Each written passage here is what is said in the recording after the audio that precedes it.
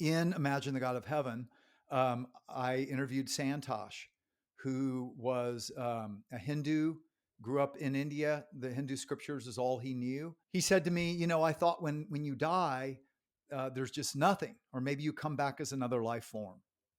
He said, but that's not what happened.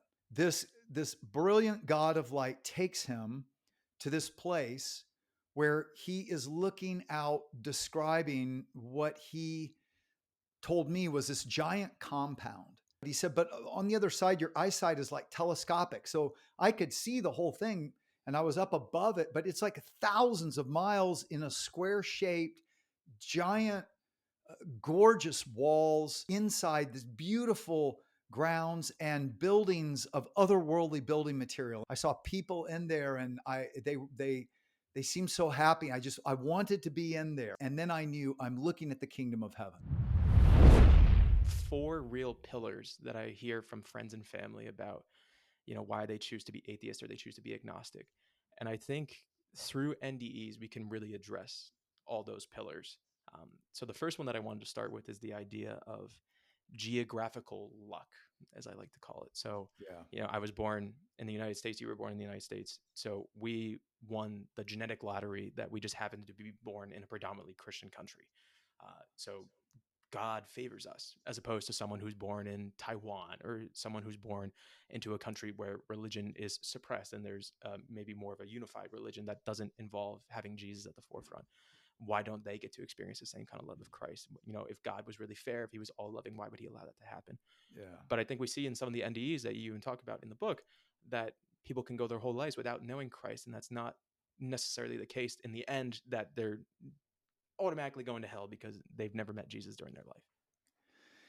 Yeah. I mean, it's so just a little bit about me as I've studied over 1,000 near-death experiences over the last 35 years. Mhm. And this is actually how I came to faith in Jesus. So I was an agnostic when I first came across all this. I'm an engineer by background, and I worked as an engineer, so I'm analytical.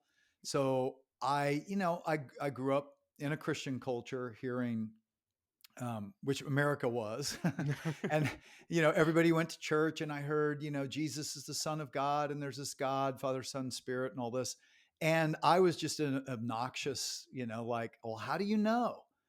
I was always that questioning, like, skeptic and cynic, and I didn't get many good answers, quite honestly, and to my questions. And so I kind of concluded, well, Jesus is probably a good man, teacher, grew into a legend.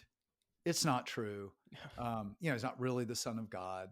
And God, I don't know. Who knows? There's just no evidence. You can't know.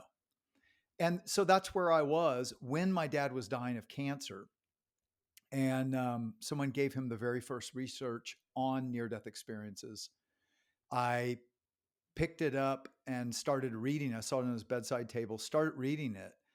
And here are people who have clinically died, in some cases, no heartbeat, no brain waves, and yet modern medicine resuscitates them. And they come back saying that they were more alive than they've ever been, in a place more real than this, and many times in the presence of this God of light and love, whose presence they never wanted to leave. And I pick it up and I start reading it, and I'm blown away, because I was like, oh my gosh, like, okay, I've been asking for evidence. Maybe this is actual evidence.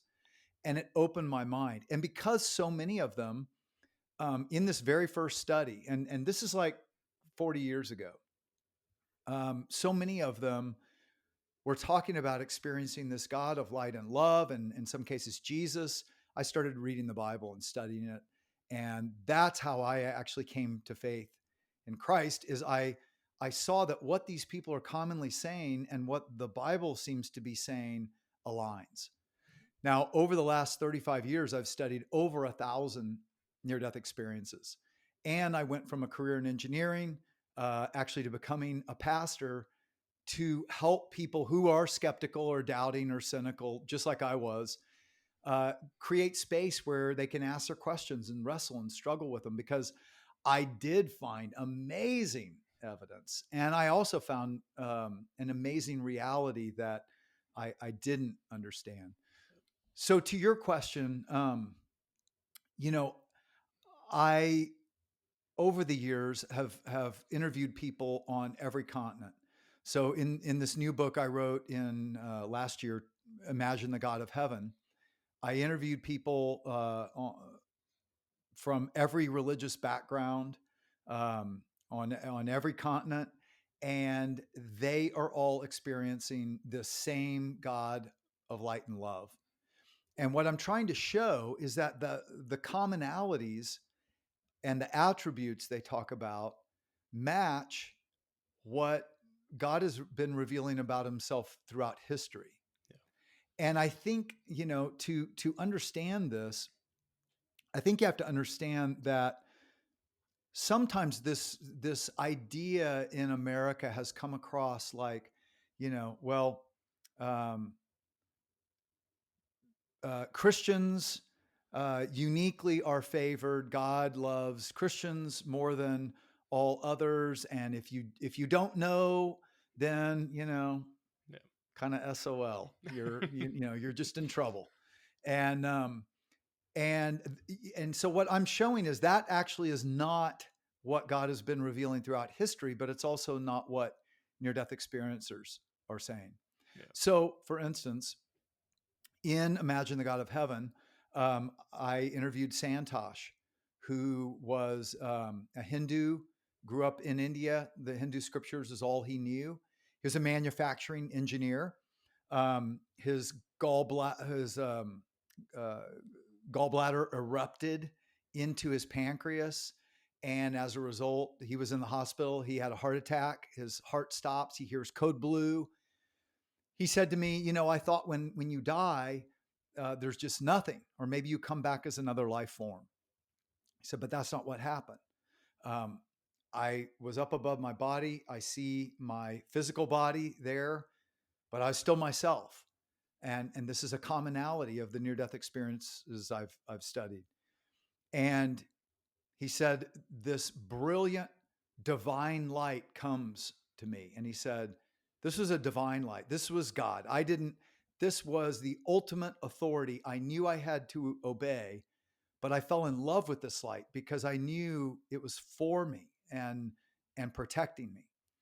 And it's a longer story, but this brilliant God of light takes him to this place where he is looking out, describing what he told me was this giant compound.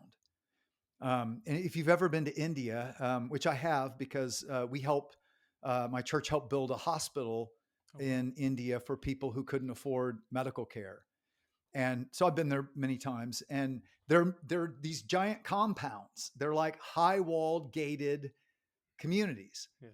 And so Santosh is describing this as a giant compound, but he said, but on the other side, your eyesight is like telescopic. So I could see the whole thing and I was up above it, but it's like thousands of miles in a square shaped, giant, gorgeous walls, very thick walls, and inside this beautiful grounds and buildings of otherworldly building material. And I saw people in there, and they seemed so happy. I wanted to be in there. I wanted to be there, and so I'm looking for a way in. He said, and I counted. There were 12 gates all the way around. These gorgeous, beautiful gates, entryways. And I'm looking at the one nearest me because I want to go in, and I see angels guarding the gates. And then I knew I'm looking at the kingdom of heaven. Okay, now pause for a second. Santosh is perfectly describing Revelation chapter 21, where John, one of Jesus' disciples, claims he's taken to heaven and shown a vision of the holy city of God. And he said the same thing, that it's square shaped, 1,400 miles long. And by the way, John also said he was up on a very high mountain seeing this city, but he's able to read the names on the foundation stones, which, how, if you're up on a very high mountain, can you read the names? Yeah, exactly. Unless your eyesight is telescopic, which is exactly what Santosh, this Hindu, says. And by the way, what near-death experiencers all over the globe say, that you have these other powers, not just five senses, more like 50 senses, Yeah. and these heightened senses. And so Santosh perfectly describes what's in the Bible. He told me when he came back, he's seeking this God he experienced because this God was not like the Hindu gods he had learned about. This God was compassionate and merciful, and loving and kind, even though he saw all of his good and bad and knew the truth of what he deserved. And yet he felt compassion and love from this God, and he sends him back. He says, you have to go back. I'm sending you back. And Santosh starts reading the Bible a couple years later and said to me, everything that's in this book is what I experienced. So he becomes a follower of Jesus. Now, I've got 70 people with varying stories like that I interviewed all over the planet. Bibi, who's from Tehran, only speaks Farsi, and I'm with her son, and he didn't even know who I am or that I'm an expert in near-death experiences. And she starts telling me her story of how she went from being a Muslim related to the Prophet Muhammad to following Jesus when she has a heart attack, and she's thinking that the Prophet Ali is going to come and judge her. And she felt like she was going to be condemned, but that's not what happened. Instead, this giant man of light who she knew was God. And by the way, Santosh at another point experienced the same man of light who he later realized is God in human form that we could understand, Yeah. that Jesus showed to us. So Bibi, this woman from Tehran, describes him the same way. And he says to her, I am he who is. And boom, she's back in her body, revived, but with a peace and a joy she said she's never felt before. And she starts seeking as well. You know, the Bible says, if you seek me with all your heart, God says, if you seek me with all your heart, you will find me. And that's what we see with these near-death experiences. Now, Bibi's, think about it.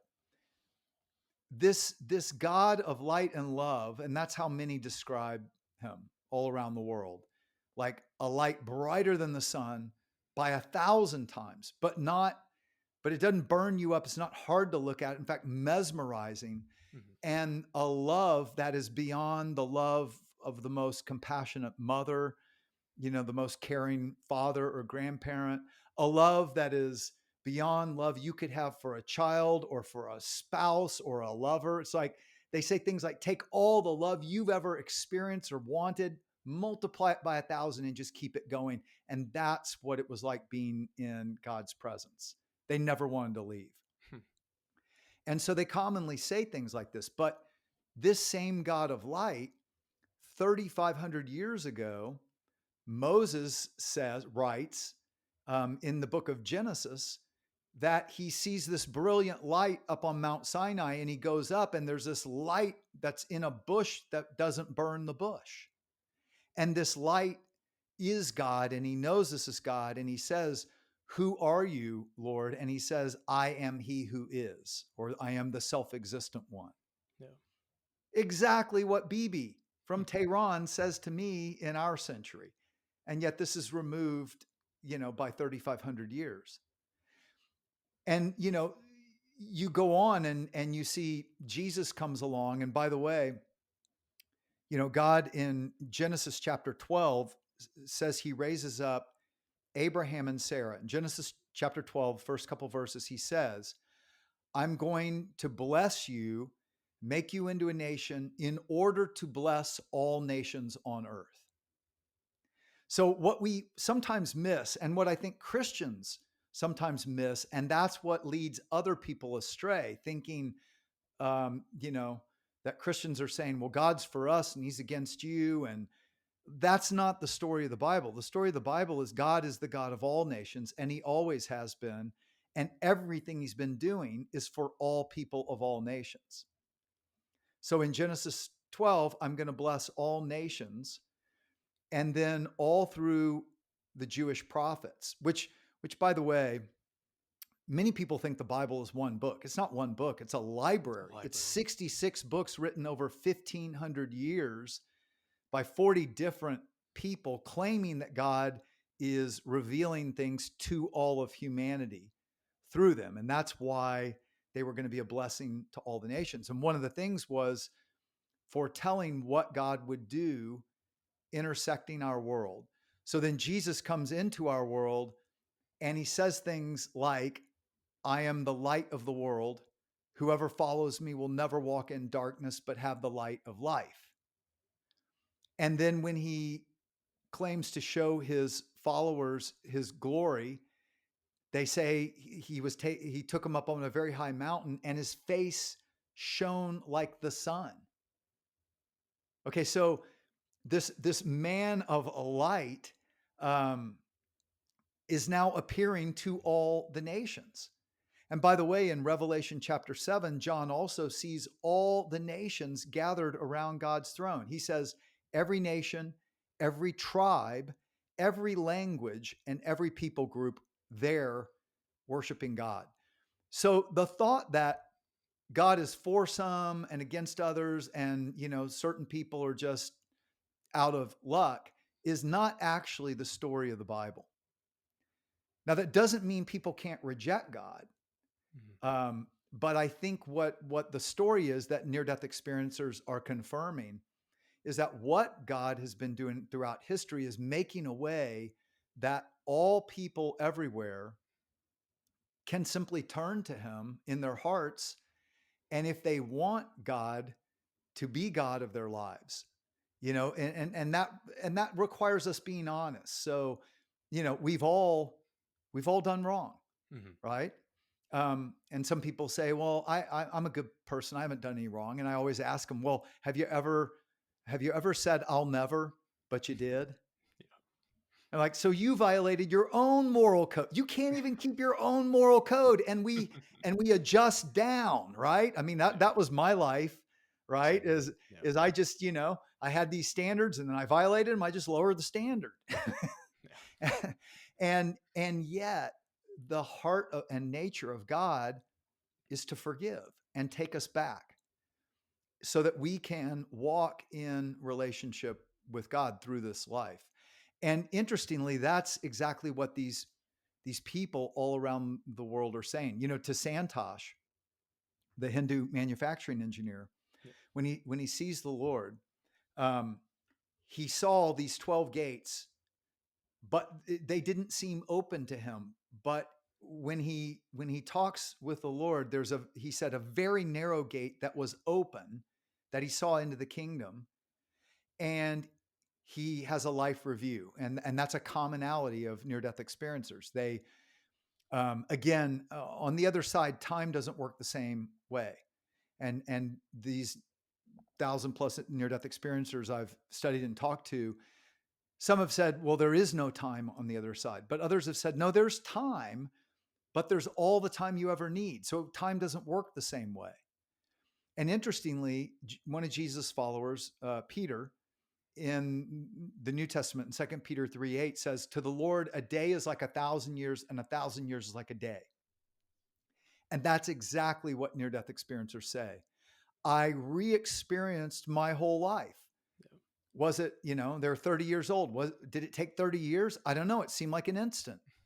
But then I went through it all. But it was all happening simultaneously, but I have to describe it to you in our timeline. So I even talk in Imagine Heaven and Imagine the God of Heaven about one-dimensional time. We experience one-dimensional time.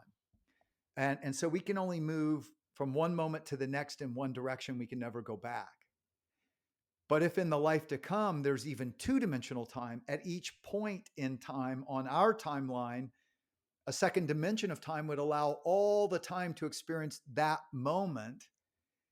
So it would feel like every moment is all the time in the world, Yeah. right?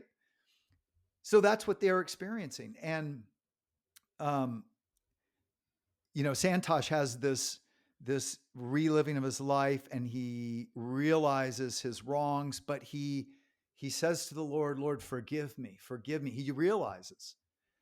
And when the Lord speaks to him, he said, you know, I thought he was going to send me to hell, because he also saw an abyss. So he sees the reality of the kingdom of heaven. He sees an abyss of, he calls it an abyss of darkness.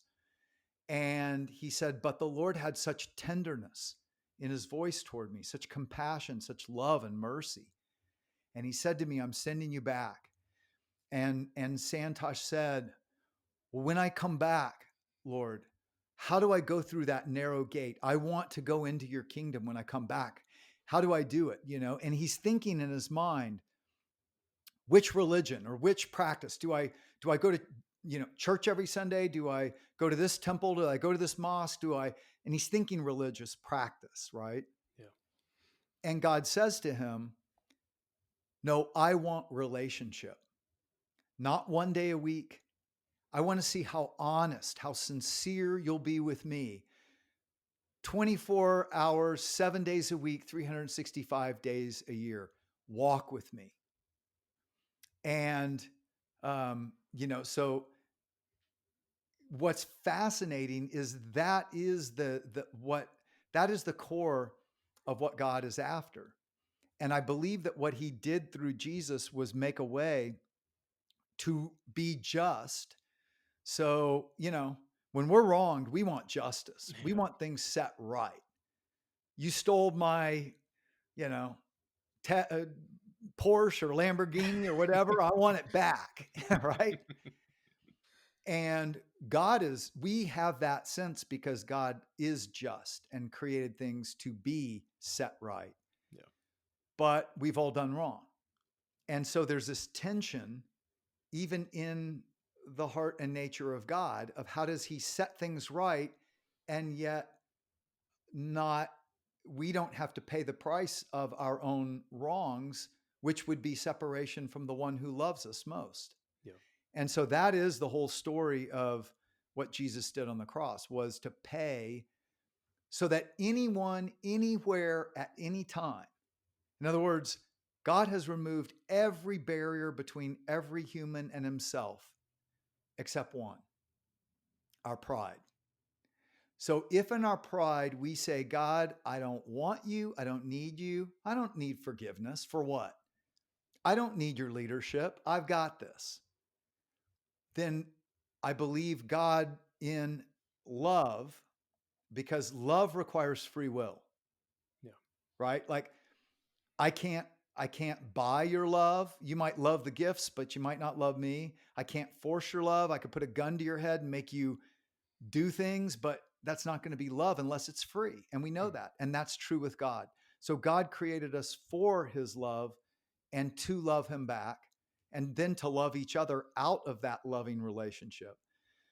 And so if people say, no, I don't want you, then he gives them what they want. But I think in terrible sadness. But he's removed every barrier between every person. The Buddhist does not have to perfectly keep the Eightfold Path, which, by the way, is a more rigorous moral code than the Ten Commandments. Mm-hmm. The Islamic 5 pillars. Nobody perfectly keeps the 5 pillars, right? And all these different things of our religious systems, and I talk about this in Imagine the God of Heaven, they all show a similar moral law or moral code that God says he's put in our heart. So of course they come out in our religious systems, Mm-hmm. but all they tell us is we've all failed in that sense. But that's not to just make us feel horrible and shamed and condemned. That's so that we don't keep going that way, because that hurts us and it hurts other people. Yeah. You know, Mm-hmm. instead, so that we turn back to God, he can be just in forgiving us, and then we can just walk through life with this God who loves us. So moment by moment, we can learn to love others better. Yeah. I think there's a key distinction that I want to bring up, and I want to get your opinion on two phrases. I kind of like to think of it like, a square is a rectangle, but a rectangle is not a square. So when I say God is love, and compare that to the statement of love is God, do you see those as two distinct statements, or do you see those as identical? Well, that's a great question. Because you know, it says in John, one of Jesus' disciples said, God is love. Mhm. Um, and then it goes on to say, and this is love, not that we loved God, but that he loved us and gave his son as a sacrifice for our wrongs. In other words, so that then we could be brought back into the way love is supposed to be. And the reason I say that is because love, let's be honest, I mean, there's a lot of stuff done in the name of love that is not very loving. Oh yeah, But if love is just our own definition of love, then, well, who's to say? exactly. It's almost like a moral relativism at Well, that it point. is. And I Yeah. can say, well, the reason I just, I mean, I'm not ever going to do this, but I'll tell you, as a pastor for many years, I have heard it all. And I've heard people who, you know, they are cheating on their wives, they're leaving their sons and daughters, and I've seen the chaos that causes because they are in love with this other person that they met in a strip bar. And this is a true story, Yeah. right? Yeah. And they're saying, well, God is leading me toward love. Okay, well, is this really thinking about your children and the pain that they're going to experience for years to come, out of you leaving them and their mother, you know, Yeah. really for love? And I've watched these go, they don't last for a year or two, and then they're off to find quote love again. Yeah. Um, and so our word love is pretty hollow these days. And that's part of the problem is God showed us a love that and so it's very fascinating, Tom, because a commonality of these near death experiences is that in the presence of God, this life review all over the world, um, they know two things. God is love. They come back saying that. Yep. But secondly, as they watch their life unfold, he shows them, and again, because time's not working the same way, Mhm. they re-experience each moment, but the emphasis, they say, is on relationship Yeah. and how we treated one another. In fact, Howard, this one atheist who first has a hellish near-death experience, cries out to Jesus from this hellish place, and this God of light rescues him. And then he's being held by Jesus, and he gets a life review in the presence of angels. Yeah. By the way, he comes back and leaves. He's an atheist, tenured college professor. Right? This is college professors who are tenured. They can't be fired. It's the pinnacle of everything. Yeah. He leaves 2 years after his near-death experience to become a Christian pastor because of this near-death experience. His atheist wife divorces him because she thinks he's crazy. Mm-hmm. So these experiences are so real; they change people. But I'm sorry. Where was I going when I was talking about that? No, we were discussing how people will have their own definition of love, Oh and yeah. they'll have So hollow meanings towards it. Yeah. so in this, Howard is watching, and he grew up with an abusive father, and he's watching this, and he's seen these things play out in his life, and um, he he first of all he realizes that Jesus, who's holding him, is his best friend, his creator, the one who loves him most, and God. And he's realizing how wrong he was. And the scenes of his life are playing out. And he said the emphasis was all in relationship. And he said, in fact, at one point, Jesus skips the most important point of my life. When I got this huge award, this big banquet, all these people showed up to celebrate me and my accomplishments. I got a big cash prize. And I said to Jesus, you're skipping the most important thing in my life. And Jesus says, well, that's not that important. I want you to see how you treated your students. No. Interesting, right? Mm-hmm. And he said, what was just fascinating is that God is a very feeling being. He said, I'm sitting here watching my life play out, and I'm experiencing the good and the bad, and I'm feeling how it is affecting God. Yep. So he said, and I said, well, like, give me some examples. He said, well, there was a time when I was a teenager, and my little sister lost a pet, and she's bawling, crying in the middle of the night. And I decided to get up and go into her room and just hold her. And he said, and I could feel it. Jesus was just so overjoyed. And the angels are so overjoyed that I showed that kind of love and compassion. And he said, but those were quite honestly few and far between. He said, because as I grew older, and he said, the abuse that his father did, he said, I used to always think, well, I'm the victim and he's the victimizer, and it's a one-way street. And he said, well, in my life review, I started to realize, no, um, he was not a good man, and he was wrong for the things he did. But I took that and I turned around and did things to him that just fueled the fire, and I was wrong too.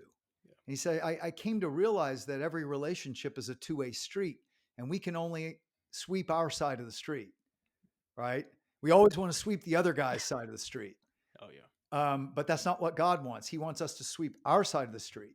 and and he said, when I'm seeing these things play out, one of them was where he was just just very dismissive and kind of cruel to one of his students who was pouring his heart out to him. He was unfaithful to his wife. He wasn't good to his kids. And he said, and then watching these things, it was figuratively, not literally, but like I was stabbing Jesus in the heart. And he said, and here I am with the most loving, kind friend, being, mom, dad you could ever have. And I didn't want to hurt him. And I don't want to hurt him to this day, he said. Yeah. And interestingly, so all these things that near-death experience, because they commonly say this, right? But Jesus said this when he was on earth 2,000 years ago. Someone asked him, Jesus, what is the greatest commandment? And he repeated what Moses, the Jewish prophet, had said 1,500 years before that, right? When this brilliant God of light reveals the commandments, the 10 commandments. Yeah. But Jesus is asked, what's the greatest commandment? And Moses summed them up the same way Jesus did. And Jesus said, the first and greatest is to love God with all you've got. But he said, the second is like it. In fact, you can't separate them. Love your neighbor as much as you love yourself. And then he said, fulfill these two and you fulfill the whole law. Now, again, what is love? Well, that's what Jesus came to show us. Yeah. Is what does love look like embodied? Because it's a nebulous concept. But I think when you read about what these near-death experiencers experience in their life review and the way they experience God's love, God's love is not untruthful, but it never pulls back. Yeah. We tend to, when someone does something we don't like, well, we remove relationship. Mm-hmm. We remove love. He doesn't. Yeah. But he also doesn't pull punches. All these people saw their good and their wrongs, and they said it was clear. I mean, you can hide from it on this side, you can't on the other side. It's all there. Your motives, your thoughts, your deeds. And of course, Jesus said this too. There's nothing hidden that will not be disclosed. Mm-hmm. Nothing done in secret that won't be revealed. And I know, for a lot of us, we're like, oh crap, you know, and it makes us want to run from God and hide from God. And that is exactly why God did what he did through Jesus. And he wants everybody to know it. Yeah. He wants all nations to know it because we all tend to run and hide from God. Because even if we rationalize it, we secretly know something's wrong and we're not sure if God is, and we hear lies about God. He just shames you, he doesn't want you to have any fun. Don't trust God. He will screw your life up. You know what's best for your life. You be ruler of you do what you know is best for you. Well, guess what? Everything you hate about life is because that's what everybody's doing. And we don't always put those pieces together. But God is love and creates us in love. And because of that, he gives us free will, Yeah. because you can't force love. And so that's why the main lesson I think of this life is to realize that what's missing is all of us willing to say, God, your will be done first. What do you want, Lord? Not what do I want first. Yeah. And we've got to reconnect to the source of love to be able to live out of that. Because otherwise, we're all, we all get disconnected from that love at some point. And so we all are hurt, we're wounded, and hurt people hurt people. Yeah. And so we've all been hurt. And as a result, out of our hurts, we hurt. Yeah. And there's this cycle that happens. So to reverse the cycle, you have to reconnect to the source and then start to learn to walk daily in a more surrendered posture. And we don't ever do it perfectly. Yeah. But the more you do, the more you become a more kind, patient, generous, loving. That definition of love, as Jesus showed it to be, putting others before yourself, and yet still having boundaries. So there's a lot of complication to it for Yeah, us. I was just going to ask you about boundaries because I know when I think of myself, and I'm sure a lot of people around my age can relate. I have professional desires, I have personal desires, but at the same time, of course, I want to make time for family, friends, hopefully one day a wife and children. And how do you go about expressing love towards all those people in your life, maintaining those relationships, being present, but at the same time, there's so many things that I want to do in my professional life that I want to do out of love for God. I want to lead people in a direction that brings them towards Christ, and that requires doing work on my own end and putting in time, maybe in quiet time and prayer and doing things by myself. Do you have any advice in general for people around just for reference, I'm 24, people like college age, young professionals? How can they go about balancing those two aspects of life without losing focus on what's most important in this relationship with Christ, the relationship with people in our lives? Well, I think balance is an impossible dream. Yeah. And it's very And well said. Yeah. I'm a type A, you know, uh, I am type A driven. And so that has been a struggle for me my whole life. Um, and what I started to realize is what we really want when we say balance, I think a better word is centeredness. I like that. Yeah. So, when I think of balance, I think, okay, I want to balance some fun time for me and work time and or study time and friend time or, you know, dating time or whatever, spouse time. Um, and you compartmentalize your life, but life doesn't work that way. Yeah. You can't ever perfectly segment it.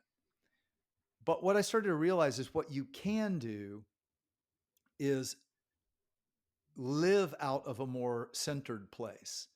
And if that, I believe, when that center is a relationship with God, again, I think what God did through Jesus is so that we don't run and hide from God, just like he told Santosh, that we're just honest with him. We know how much he loves us. He gets us. He's been with us through everything. There's no better best friend.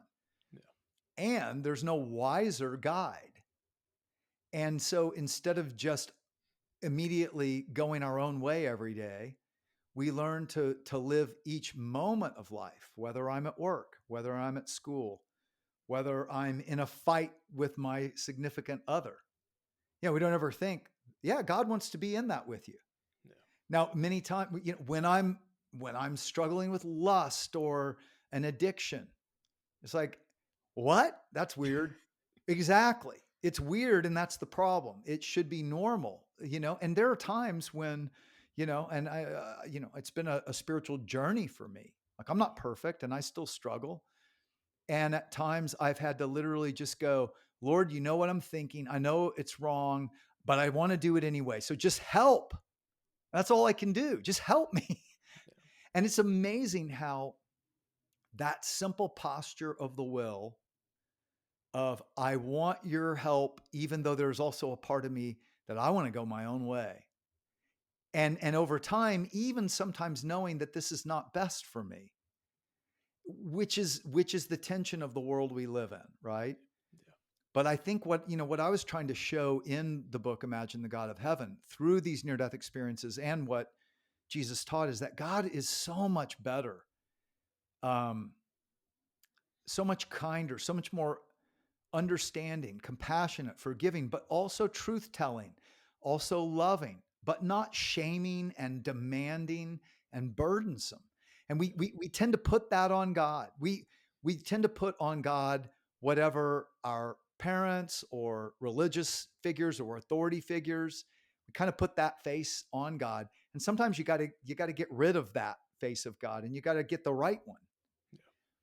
And Jesus said stuff like this. He said, "Come to me, all you who are burdened, and I will give you rest. Learn from me, for I'm humble and gentle of heart, and I will give rest to your souls." Fascinatingly, a neurologist that I interviewed, who was stabbed to death by he was a neurologist psychiatrist, and one of his patients turned on him and stabbed him 13 times, and he's dying. And boom, there before him is this, he's in another world. It's like time stopped. And this God of light and love is there. And he said these qualities immediately impressed on him. The qualities of God, like love beyond what we can imagine, but also kindness. He said, think of the kindest person and just you got to multiply it by 1,000. But then he said things like power. He said it was like standing 5 feet from a nuclear explosion that's just roiling with power and authority. He said, you would do whatever this being says because you know he knows and you know he's right. Yeah. And then he said things like purity, which I think is another word for holiness. He said he's completely pure, and he described it like innocence that's not naive. Like he fully understands, but a purity of innocence. And then he said, humor. And he said, you wouldn't expect God to show up like on the verge of laughter. But he said, that's the way I experienced him. Like this most charismatic, enjoyable person you could ever be with. And see, and then he said, and humility. Humility. And when he told me this, he started to cry. This neurologist, doctor.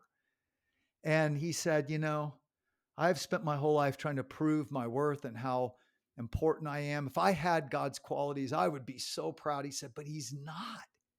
He's humble in nature. No.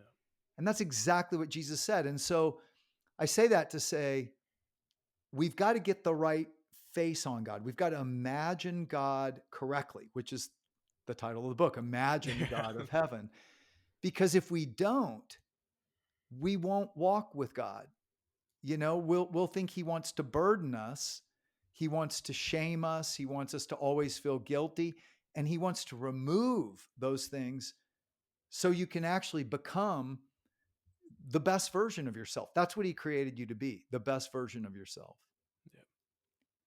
I know for me, especially, humility is something I'm trying to work on more and more every day. And you said at the beginning of the conversation that pride is that one thing that separates us more and more from God every single day.